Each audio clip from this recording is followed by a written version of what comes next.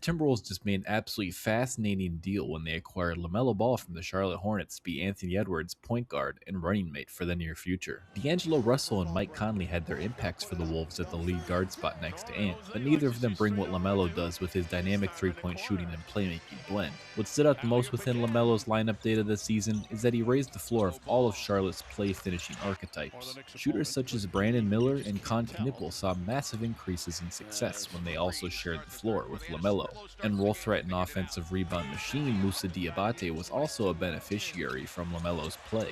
Charlotte's offensive rating rose from 112.7 when LaMelo was off the floor versus 125.8 when LaMelo was on the floor. This totaled a drastic 13.1 point differential per 100 possessions when LaMelo was on versus LaMelo was off. For Minnesota, LaMelo can raise the floor of others such as Jaden McDaniels and Rudy Gobert, but he can also be a malleable piece alongside Anthony Edwards. Last season, LaMelo led the NBA attempting 17.9 three-pointers per 100 possession. LaMelo also had a near-even split between catch-and-shoot threes and pull-up threes. One of the Timberwolves' dire needs has always been someone who can create their own shot and also be a secondary playmaker away from Anthony Edwards. They were able to find glimpses of this, but no one has been able to do it at the guard spot. Julius Randle could do it at times in the regular season. Karl Anthony Towns could do it at times in the regular season, but when the playoffs has rolled around, the Timberwolves have really struggled to find that second option scorer, and that's hopefully what LaMelo Ball can be for the Minnesota Timberwolves moving forward. LaMelo Ball checks all of those boxes, but that is just the tip of the iceberg with his game. One of the biggest issues with the Timberwolves of late is that Anthony Edwards continues to get blitzed during the playoffs,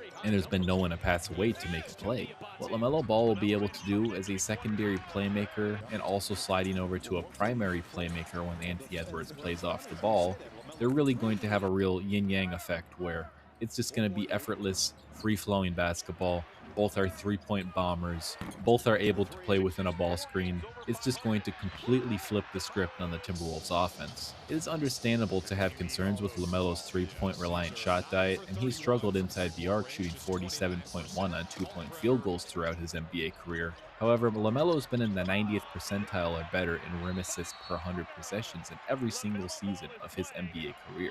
Big men have just always ate around LaMelo. He's going to find a way to give his teammates the best opportunities to get easy points at the rim. LaMelo is not only going to take the burden off Anthony Edwards, he is just going to completely change the calculus of the Timberwolves offense.